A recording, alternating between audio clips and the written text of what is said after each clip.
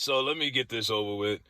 So Houston, the great city of Houston, Texas, the mayor, they decided to give Meg The Stallion the key to the city.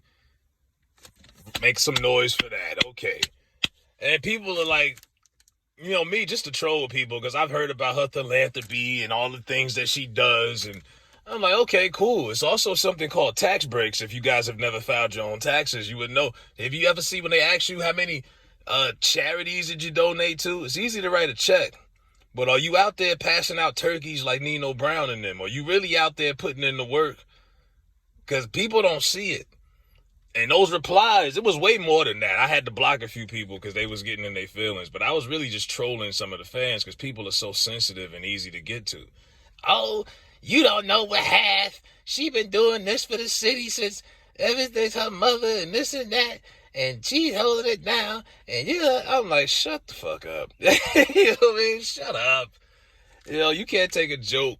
But they give these out. To me, the key to the city has always been just like, it's a photo op.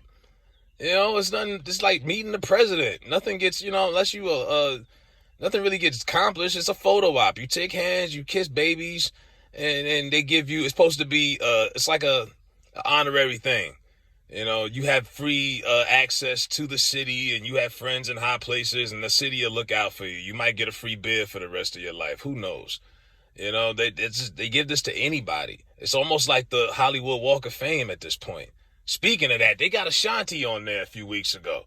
Now that makes DJ Khaled look like a legend in comparison because they put Ashanti on there. But they give these things to anybody. And between that and all of the stuff that's going on with her, like I say, since it's ironic, but since she's turned Tory in, she's won a Grammy. She's become a spokesperson for Black Lives Matter. She's done collabos with Beyonce and Cardi B and she's got a Cash App commercial. They got the Thotty sauce for Popeyes. You can see it. It's right there for you. Then she does the Gayle King interview, bomb that, and she's like, "Did you had a sexual relationship with Tory Lanez? Did you see the hesitation in her voice? Like she didn't want to tell the truth." It's like, we obviously know you did. There was too much passion behind you for you not to have something sexual going on, first of all. And then for you to say you was protecting them in the first couple of women, she waited 3 weeks to call the cops. Got on Facebook and Instagram and cried first.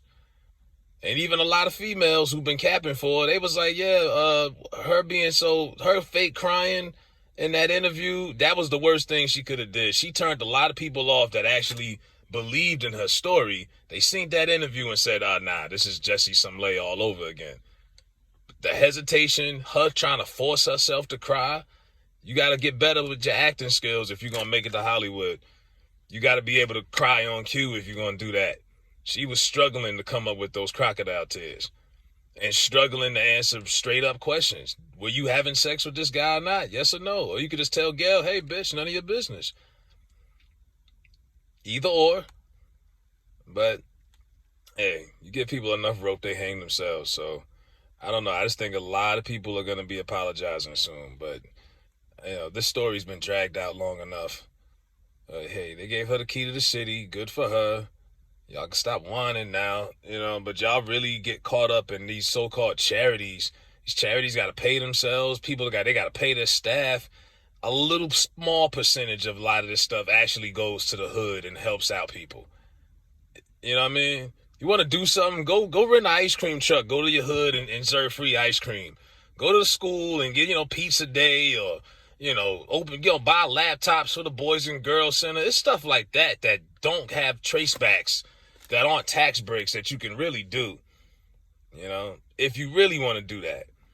And you ain't got to have the cameras around. Like Rick Ross went to Africa like a week ago and he had the cameras everywhere. He handing people money, making sure the cameras is right there front and center so they could see him pass out money. So a lot of people do these charities just for these moments like this, key to the city, this and that, and so they can be seen and rewarded. But a real philanthropist don't necessarily care about being seen in the public and being known for what they do. You don't have to do it that way. If you're doing it just for clout, then just be that. But hey, you got the key to the city, whatever the fuck that means. Does Bun B have a key to the city? Wasn't he running for mayor? And somebody asked me that too. I was like, bro, I have no idea who the mayor is in Houston. I'm not from Houston. I thought Bun B was running for mayor. But the day they vote a black man, let alone a rapper, they got a black man now, but they're not letting Bun B get in that office. I just doubt that. But yeah, give Bun a key to the city. Paul Wall or somebody, somebody else. But yeah, I just like trolling Meg fans. That's all it really is to it.